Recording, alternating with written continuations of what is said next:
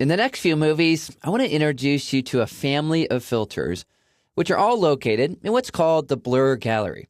You can access these filters from the filter pull-down menu, and here these will allow you to shift your focus in your photographs by adding different types of blur. Typically, when you're working with these effects, you'll want to do this work with them as smart objects. So let's begin our project by navigating to the filter pull-down menu, and then next let's choose Convert for Smart Filters. Go ahead and click on that menu item, and this dialog will tell us it's going to convert the layer to a smart object. That's what we want to have happen, so let's click OK. Next, we'll go back to the filter pull-down menu. We'll navigate to Blur Gallery, and let's start off with Iris Blur, because this is perhaps the easiest to understand and to work with, at least initially. When you click on the menu item for Iris Blur, what you'll see is that it will launch your photograph in a new dialog with a blur effect being applied on the photograph. In order to see this better, let me zoom in. I'll press Command plus on a Mac or Control plus on Windows. And when we zoom in, we see that we have some overlay graphics, some options which are different here in the options bar, and some controls on the far right-hand side. Let's start with the controls on the right. Now, as far as the intensity of the blur, we can increase or decrease that by using this slider here. You can see how I've increased that blur effect. Or we can position our cursor over this overlay, and you can click and drag this little scroll wheel here in order to increase or decrease that effect. We can also determine the transition area and the shape of the blur. Let me show you how that works. Notice how we have this outer edge of our effect. That's where it's being applied to full intensity. Then it transitions to these solid white circles. If we bring these in, you can see how a smaller area is now protected. Let's say right here, it's just the face and everything else has been blurred with this iris blur effect. If we drag this out further, you can see how I'm opening up more space or allowing more of the image to be sharp and less of it to be blurry.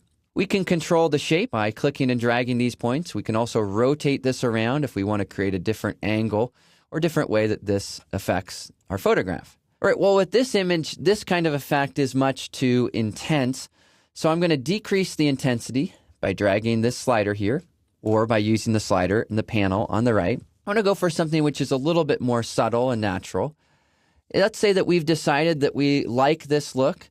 In order to apply this to our photograph, simply click OK in the options bar above.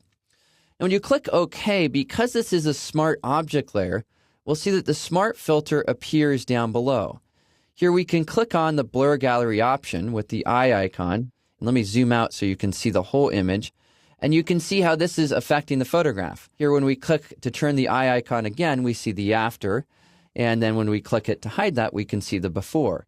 This is a really helpful view because sometimes you'll decide, you know what, I don't like this effect, or maybe it's too blurry, or I want to change a characteristic or quality of the effect.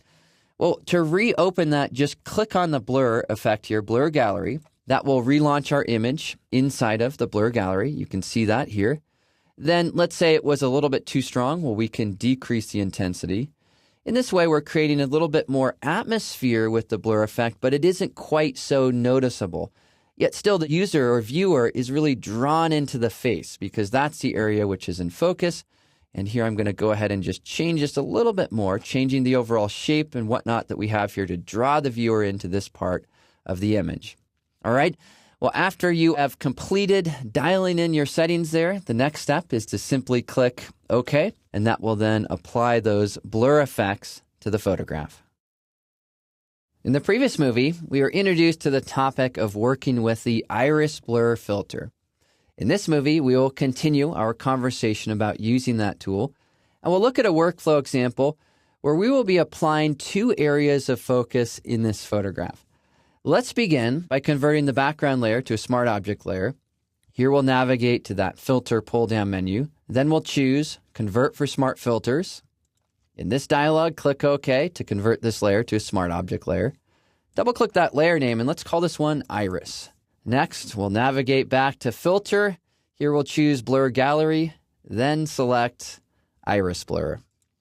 This will launch the image in the Blur Gallery, and it will apply an iris blur effect. With this effect, we know that we can use these on-screen controls to increase the blur, and let's do that just for demo purposes, at least initially. Right now, I have a value of 115, which is blurring out the area outside of the shape which we have here. Well, we can change the shape as we've seen. We can change it into more of a circle or different type of circle or oval, but we can also make it closer to a rectangle by using this tool. Position your cursor over this and drag, and you can see that now it's closer to a rectangle. And you might use this, say, for example, if you wanted it to follow the shape of this building, which we have here. Here we can click and drag these points out and change the way that this appears. If you want to proportionally scale this, just hover over the little line till your cursor changes, and you can see how you can proportionally change the shape as well. Position your cursor near one of the solid circles, and you can rotate and find just the right spot for that. Well, the effect is too strong, but let's leave it as is just for a moment. And the reason why I want to do that is because what I want to do is add another area of focus. I like that the chairs are in focus, but I also want to bring back the fire over here. To do that, simply position your cursor over there and click. You'll notice that we now have an area which is protected. Well, in this case, I'm going to drop down the blur value because it was too strong, as we talked about. So now with a little bit less of a blur area, we kind of have this unique effect where we have one area of focus and then also over here another. Notice that the blur value is identical. So when I bring this up, it's not that we're changing this individually, rather it's the overall blur which we have in our photograph. And think of these areas as the areas which you're protecting. And so what I'm going to do is just protect this little fire on the edge of the pool there because I think that looks kind of cool. All right, next I'll go back over here and just push this back a little bit more this way to protect more of that building. And I think that's kind of a fun effect. And then we'll drop our blur value down just a bit as well. Now, before we wrap up our work with this, another thing that I want to highlight is when we're working with these blur effects, what you can do is you can click into one of the effects and then control your focus above. Currently, the focus is 100%. Let me zoom in to show you what that looks like. The image is sharp in this area. But if we decrease this, we're going to see that it's going to start to become softer. It's not going to become as soft as the other area until we bring this all the way down to 0. Now, all of that area has that blur being applied to it. This allows us to protect that area. But if you want to have it a little softer than the other areas, you can always drop the opacity down. With this photograph, I think it looks great to have it at 100. I just wanted to show that in case you need to do that at some point. All right, well, with this image, we have 2 focus areas. I like to tap and hold the H key on the keyboard to evaluate it. I also like to click on the preview checkbox to see that before and after. Let's zoom in here. Here's before. Click again. Then we can see the after. When we're ready to apply that, click OK. That will render or apply these effects to our smart object layer. Once this is done, what we'll see in the layers panel over here is that we have the smart filter applied right here. We can click on the eye icon here to see the before and then click again to see the after. And if ever we want to re-edit the effect or change the effect, all that we need to do is to double-click the word Blur Gallery, and that would relaunch the gallery, and then we could further customize those controls. When it comes to capturing photographs, there are different cameras and lenses which we can use, which will allow us to create different effects. Like there's one lens which is called a tilt-shift lens. This allows us, as the name implies, to tilt or shift the focus so that you can have a slice of your image in focus and the rest of it blurry. You know, we can do something similar in Photoshop using the tilt-shift blur, which we'll look at in this movie. In this project, let's begin by converting this background layer to a smart object layer. We'll do that by navigating to the Filter pull-down menu, and here choose Convert for Smart Filters. This will open up a dialog which says it will convert this layer into a smart object. Click OK to do that. And we want to do that so that we can have control and continually edit the filter that we'll be applying. Here, we'll go back to the Filter pull-down menu and then select from the Blur Gallery the filter we want to apply. In our case, it's called Tilt Shift. So again, Filter, Blur Gallery, then Tilt Shift.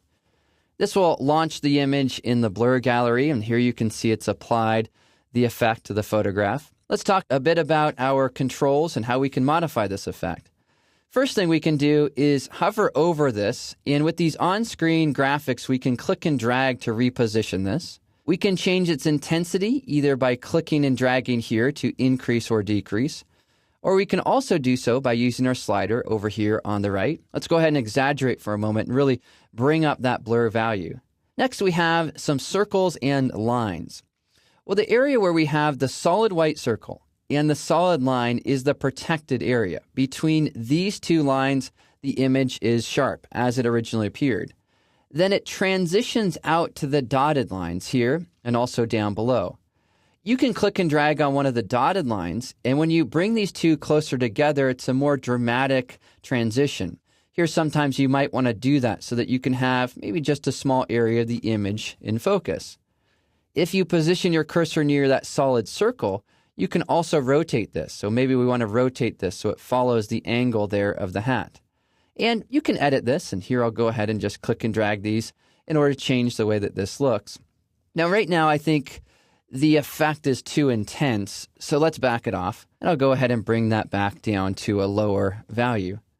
Currently, it's hard to evaluate how this looks because of these overlay graphics. So to hide those, you just press and hold the H key, then that will hide them. Let go of that button, and then they'll come back. You can also click on the preview checkbox to see the before and after. In this case, I've decided I want to bring this up a little higher, and then to apply or to render this effect, click OK. And that will then apply this to that layer as a smart filter. The advantage of working with smart filters is flexibility. The disadvantage is that it increases your file size.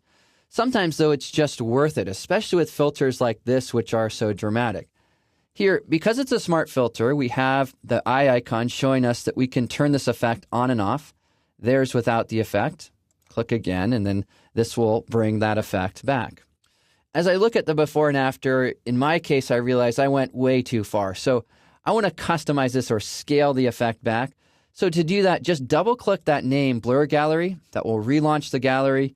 Here I'm going to drop this value down to something more subtle. I want this to be really natural looking, and I want to draw the viewer into this area of the photograph. I think right here it's actually looking really good. I'm just going to bring these values, these lines in a little bit more. And then we'll click OK, and that will apply the effect. Let me zoom in on the picture a little bit so you can see that. We have nice subtle softening down below and above. And when we click on the eye icon, you can see there's before, nice and sharp in this area. Now there's the after. After it applies that and shows us how the blur would look in that area of the photograph. Now that we've been introduced to the tilt shift filter in the previous movie, in this movie I want to do another project, but this one will be a bit more advanced. And I want to do this one so we can really understand the tilt shift controls and also one of the features which allows us to export a selection as a channel mask. You'll see what that means in a few moments. This time, we're going to work on a duplicate layer. You can see I've already created that for us. It's called Tilt Shift. Click into that layer, and then here we'll navigate back to the Filter menu, go to Blur Gallery, and then choose Tilt Shift. When we click on that menu item, it will launch our photograph here in the Blur Gallery with the Tilt Shift blur effect applied. Currently, we can see where the effect is being applied. Let's say we want to position this on the car so that the car is sharp. Or maybe we want to bring this up a little bit here. And then we can have these cars sharp and the foreground and the background blurry. Let me increase the value of this by clicking and dragging. As we've seen before, when we click on the dotted line, we can increase or decrease the intensity of the transition. That when we have a larger distance between the two lines, it's a softer transition. When it's shorter, it's a more intense. Next thing that we can do is actually change the distortion that we have in the photograph. Notice down here on the sidewalk, you can kind of see as I change the blur value how it's almost like the sidewalk is splitting apart a little bit. Let me zoom in on that so you can see that. Do you see how the sidewalk kind of distorts? Well, you can change the distortion. To the left, what we'll have is a little bit more. To the right, you can see it's kind of bringing that area together.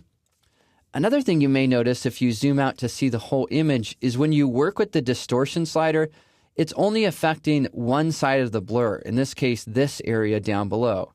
If you want it to affect the top area, click Symmetric Distortion. Now as I drag the slider, can you see how it's affecting both the bottom and the top area? When it comes to using the slider, I find you really just have to eyeball it. You have to experiment a little bit and see what you think will look good. With this image, I think bringing it to the right looks nice. Now, what about the effect? What do we want to dial in with this image here? Well, with this image, what I'm going to do is click back on these graphics and bring this down here. And I kind of think it's fun that this guy's crossing the road. I want to bring him into focus. So I'm going to angle this so that the tilt or the lean is showing him in focus, and this slice of the image is my focus area. The top is blurry, the bottom is blurry.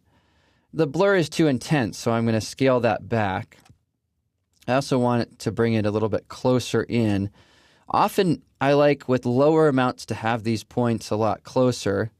And I need to try to find just the right spot where we can have these areas sharp or blurry. I think right about there looks kind of interesting.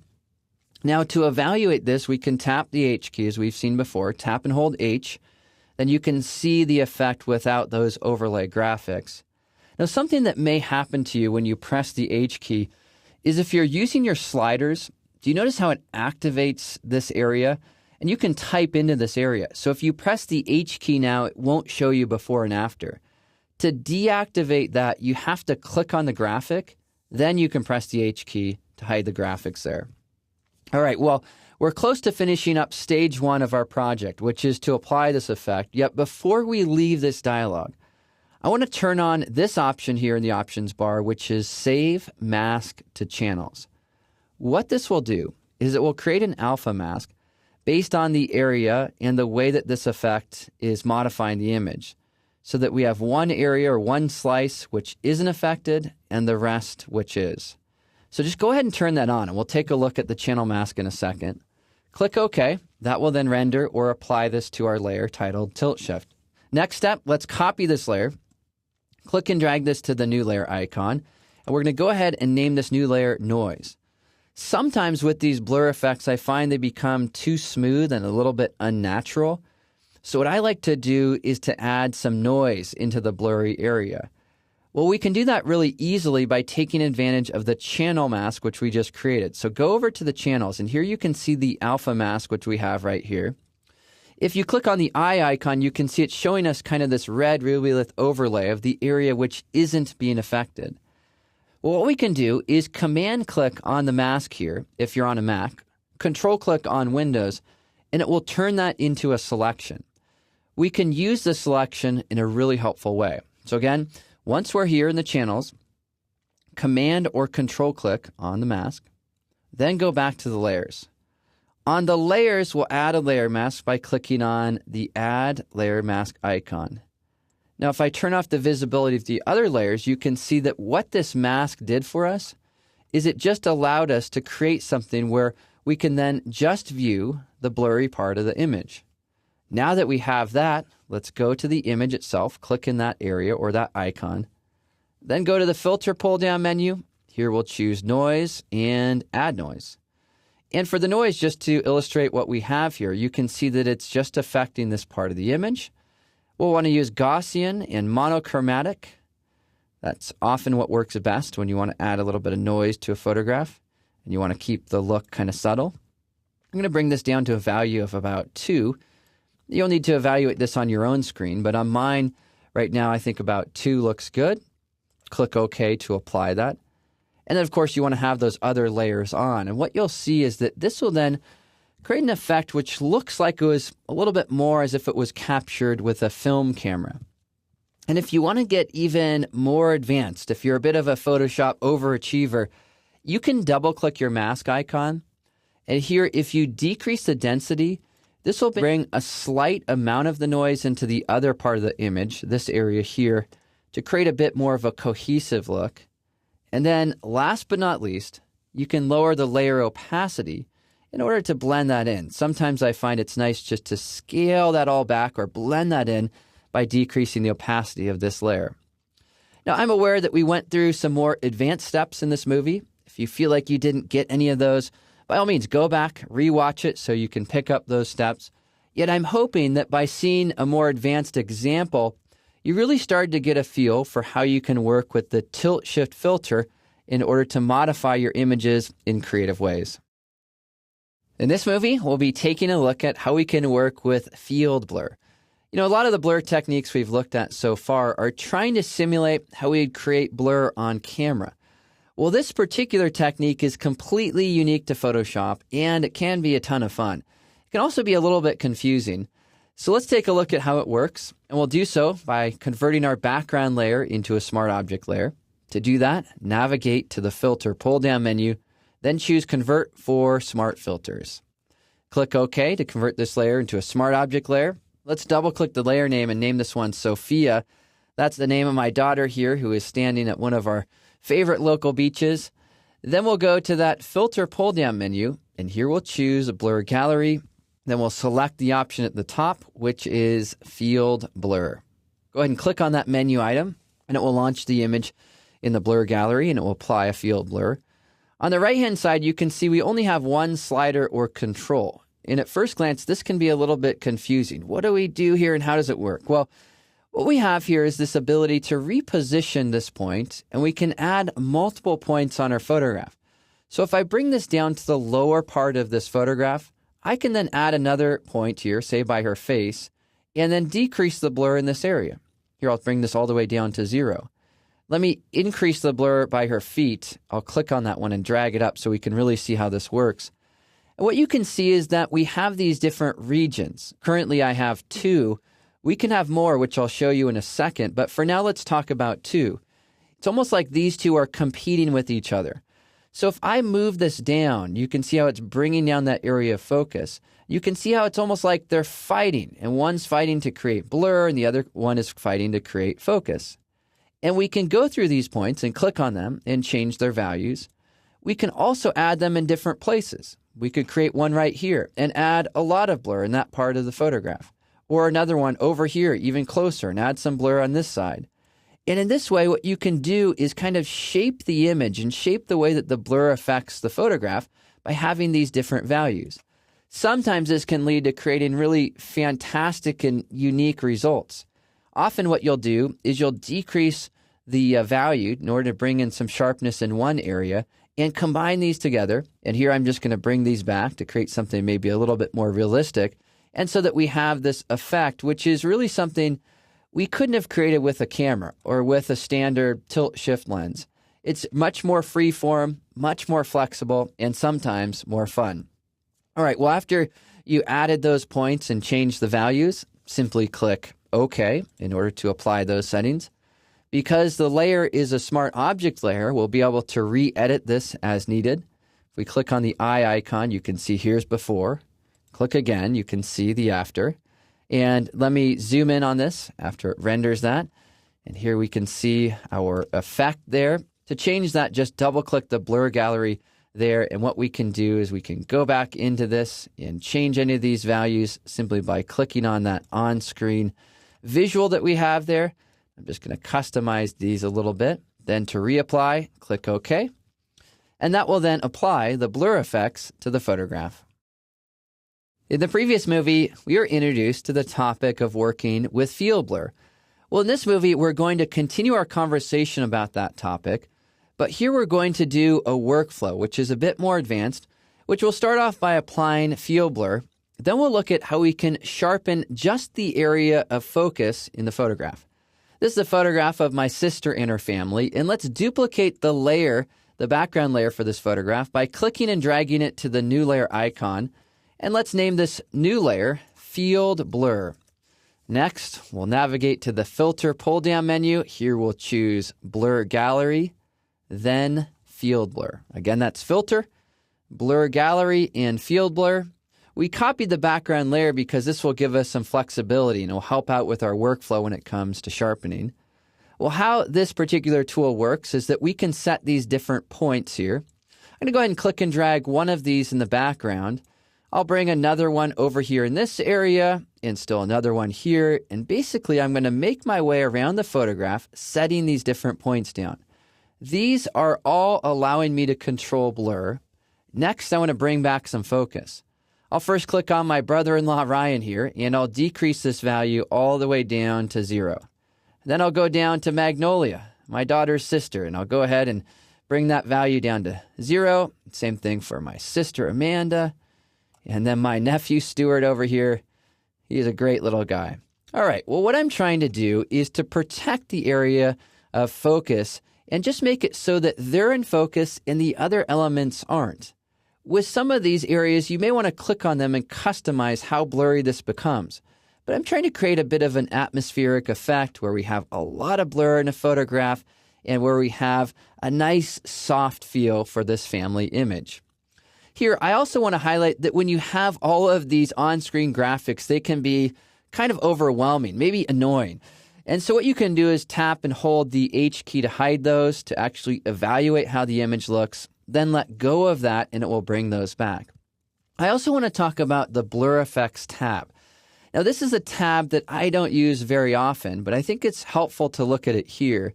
You notice how there's naturally some out of focus areas in this picture. Well, in photography, they'll refer to that as bokeh, and it's kind of the pattern that you have in the out of focus area. Well, in this, you can use some sliders in order to control that or change that. Let me exaggerate for a moment. Do you notice how all of these areas have become really bright? The brightest parts of the image have become brighter.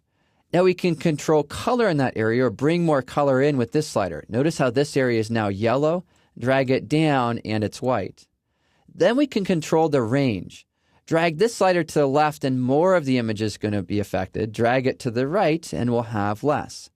Sometimes you may want to just brighten up those brightest spots to kind of simulate the way it might look on camera, and that can help to create a nice kind of bokeh effect in a photograph. So here we'll just add a slight increase in that slider there and drag that to the right.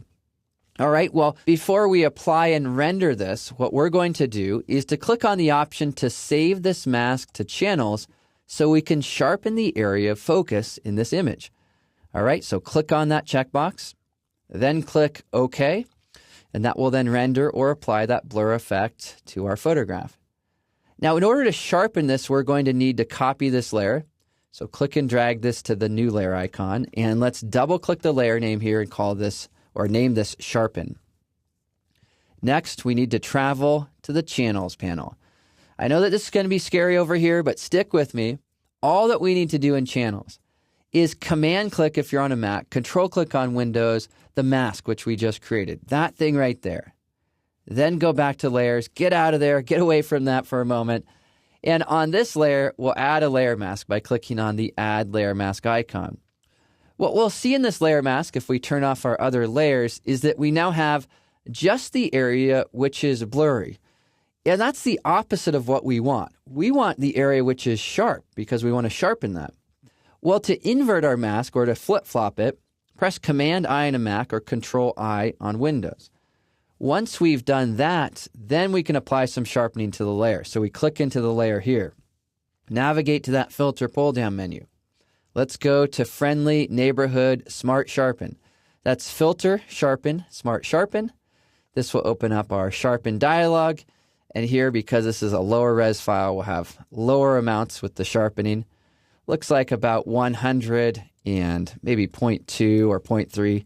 Just a slight sharpening effect there. And then click OK to apply that. Now, if we turn on the underlying layers, we get the best of both worlds. We have this layer, which the sharpening effect is being applied to. Let me zoom in a little bit so you can see that a bit better. And so we have sharpening applied here. We have our blur effect underneath, and then the original layer in the background. And sometimes having these extra layers is nice in case you want to turn them off and print a photograph in this way. Or you can always turn them back on if you want to bring back those stylistic and creative effects. The spin blur filter, as the name implies, allows you to add a motion spin blur to an area of your photograph. Let's take a look at how we can use that filter with this photograph. You know, when I captured this image of the windmill, it was a windless day. This thing wasn't moving at all.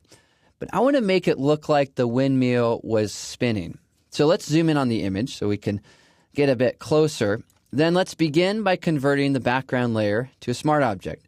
To do that, navigate to that filter pull-down menu. Here we'll choose Convert for Smart Filters, then click OK so that it's a smart object. Double-click the layer name, and let's name this layer Spin.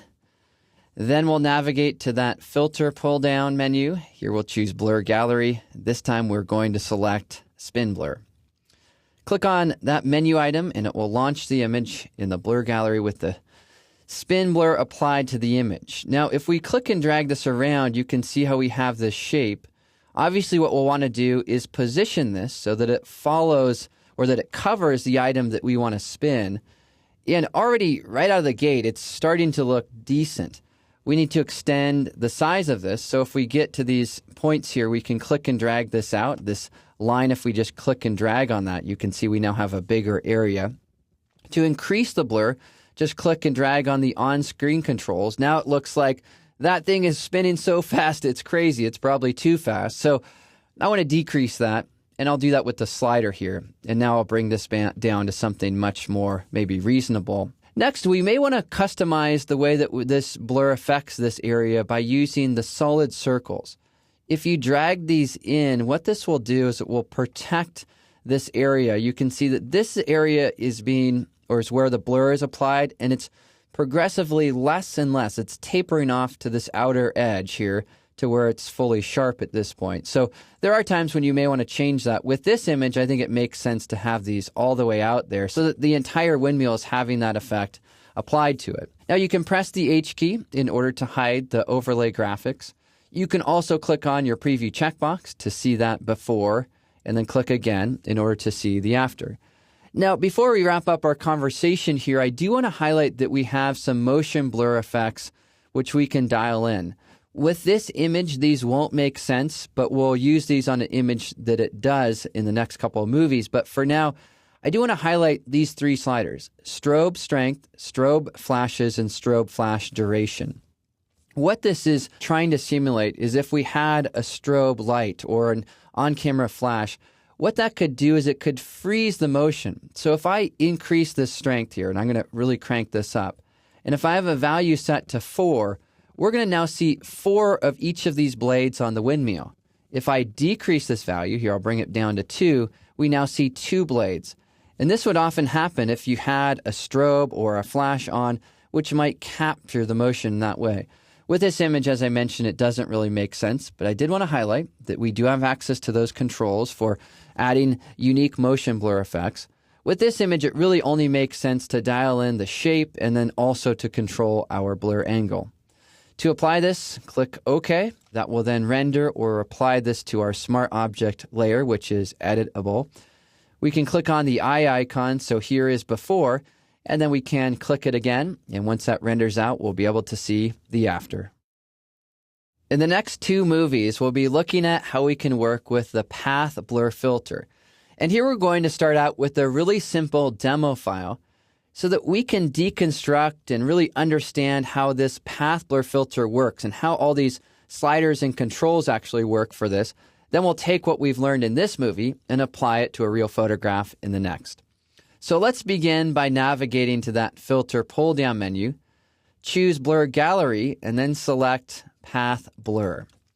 Here, one of the things I'm going to do is slow down a little bit because this particular tool can be really confusing. Look at all the controls that we have here. I'm going to highlight some of the more important controls and also talk about our on-screen graphic. This graphic here identifies the path. There are 2 endpoints. We can click on these endpoints in order to reposition them. And let's do that just to stretch this out a little bit. Next, let's walk through a few of our controls. The first control is speed. This one's really straightforward. Drag this to the right and we have more blur, higher speed. Drag it to the left and we have less blur.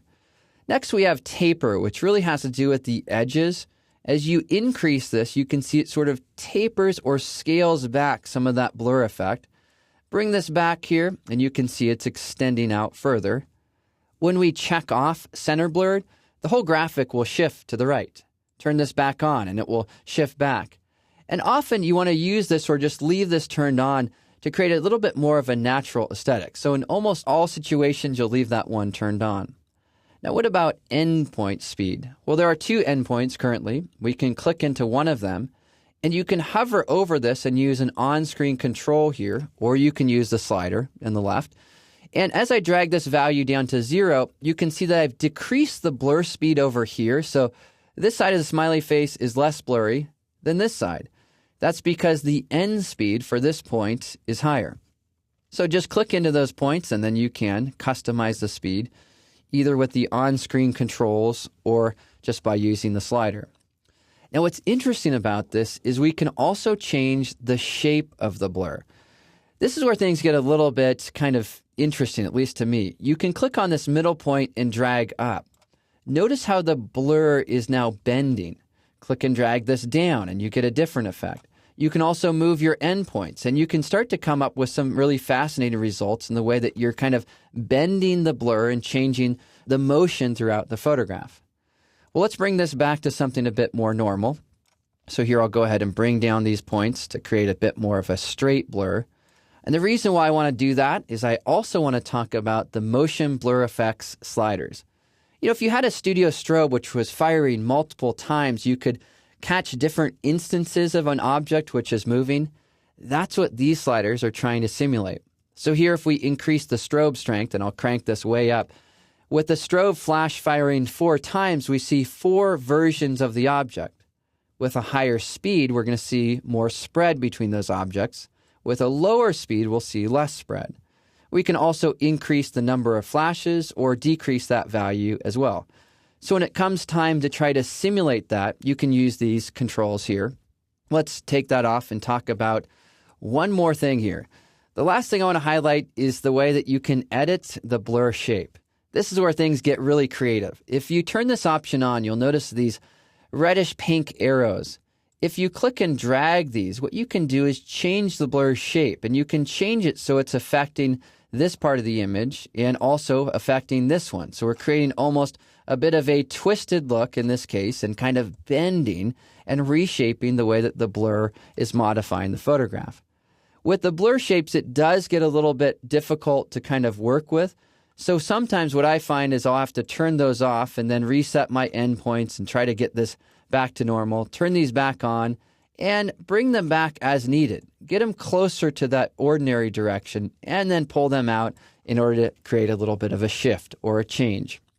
All right, well, at least at first glance, with my smiley face graphic, we have a rough understanding of how a few of these sliders and controls work.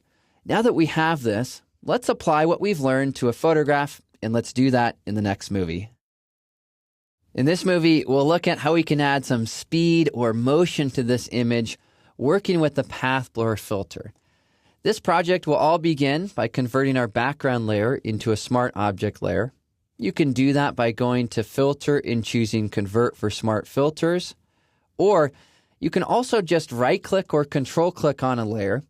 In this menu, choose Convert to Smart Object. Double-click the layer name, and let's name this layer Speed because that's what this project is all about.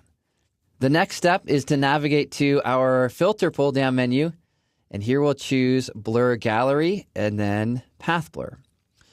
In this path blur, what I often like to do, or with this path blur, I like to click on these endpoints and just drag them around and kind of get some ideas and get a little bit creative on how this might look. Sometimes it can give you ideas, like wouldn't it be fun to have some blur extending off of the back edge of the subject there? Let me zoom in on our subject so we can actually focus in on that area. And we can see how it's blurring the image in this way. What if we change this middle point to bend this so the blur comes from a lower position and then kind of moves forward in this way? Maybe our front end point is too strong. Click into that and then drag this slider to the left so we have a little bit more focus on this part of the image and then less over here. Click in the end point, the trailing edge, and increase that one further. And again, all that we're trying to do is experiment. And you can see we have some kind of interesting blur starting to show up in the photograph. Another thing I also like to do is to experiment with masking. So if we have this effect, which we've created here by moving our endpoints, by changing the shape of the blur here, what we can next do is click OK to apply this. And it'll apply this to our layer here, which we have as a smart filter. And you can actually click into the smart filter mask. And you can paint right on this. If you grab your brush, here I'll choose the brush tool, and paint with black. And let's choose a brush size, maybe it's a little bit bigger than that, and an opacity which is right around 40%. What I'm going to do is just start to paint subtly over my leading edge. What I'm interested in doing is trying to have the blur kind of trailing off of that edge, that back edge of the subject here. So I'm going to mask this out. And you can see that now it's almost like it's stretching backwards. And that reminds me of an on-camera flash technique, which is called rear curtain sync. If you aren't familiar with it, Google it. But basically, it tells your camera to fire the flash at the end of a longer exposure and kind of creates this trailing edge. And to create that, let's go back to the blur gallery by double-clicking the blur gallery icon there. And what we can do is actually choose an option from our pull-down menu called rear sync flash. What this will do is change some of our settings, and it kind of gives us that pull off of the back edge. Do you see how it's sort of stretching everything off there? And we can control the way this is. Maybe it's, kind of moving forward and up, or maybe it's a little bit more like it's starting low and then coming high. So you can really control this by moving any of these points. After having changed this option, let's click OK and see if we like it. So here we'll click OK. It will then apply that. And I think it's kind of fun, the way that those edges are sort of pulling off of the subject. If you click on the eye icon for this, you can see there's our before. Click again. Then you can see, once it renders it out, the after. If the effect's too strong, like I think it is here, just go back. Here we'll go back to the blur gallery.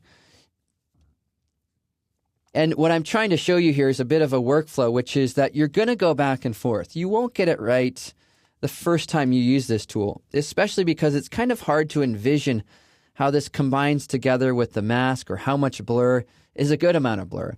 So here I'll just decrease this down a little bit so we have a little bit less of a speed. Then I'll click OK to apply that. This will render this effect out, which we can then see here in our photograph.